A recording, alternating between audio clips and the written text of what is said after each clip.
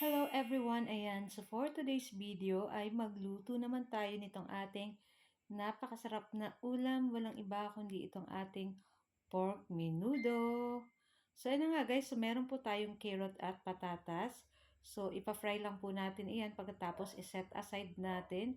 And sa same na ating kawali ay dun din natin pipitusin yung ating liver para mamaya po ay madali na lang ang pagluto nitong ating pork menudo. So, nilagyan na po natin yan ng salt yung ating liver para may lasa na po yan. And pagkatapos, ayan guys, pwede na rin natin yan i-set aside. At hindi ko na rin guys huhugasan yung ating kawali. Diyan na rin ako gigisa ng ating bawang at ng ating sibuyas. Ayan, so hindi ko na na-videohan guys yung paglagay ng ating bawang at sibuyas. Ayan. So, igisa lang po natin dyan yung ating bawang at sibuyas. Pagkatapos, ilagay na rin po natin dyan yung ating 1 kilong pork na may taba-taba. Tapos, maliliit lang po yung slice niyan. Then, halu-haluin lang po natin yung ating pork dyan. At, syempre, timplahan na rin po natin yan ng paminta, asin, at maglalagay po tayo dyan mamaya ng pork cube, 1 piraso. Ayan. So, halu-haluin lang po natin uli iyan. Tapos, tatakpan lang po natin iyan kasi magtutubig pa po yung pork. Ayan. Tapos, yan. Hintayin lang natin na mawala yung tubig. Ayan. So, naglagay na ako ng pork, dahon ng laurel. Saka, naglagay po ako ng 1 teaspoon sugar. Siyempre, optional po. Kung ayaw nyo lagyan, pwede naman. Ayan. Tapos, maglagay tayo ng mga 1 to 2 tablespoon of soy sauce or toyo. Para lalo po sumarap yung ating menudo.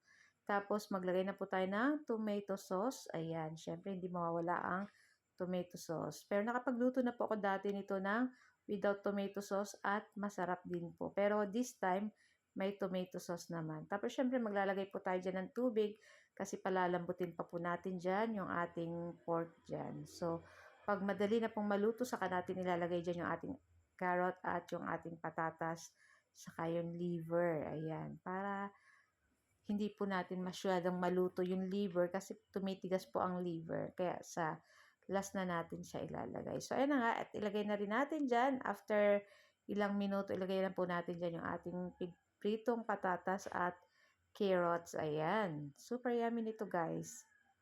Medyo na-miss namin to at matagal-tagal din po yung last namin kumain ito. Kaya ito yung aming niluto. Ay, pagkatapos nga guys, ayan, lagay na natin dyan yung ating atay ng baboy at halu-haluin natin. So, much better po kung meron kayong raisin or pasas. Mas masarap po yun kasi nakakadagdag pa po yan ng sarap.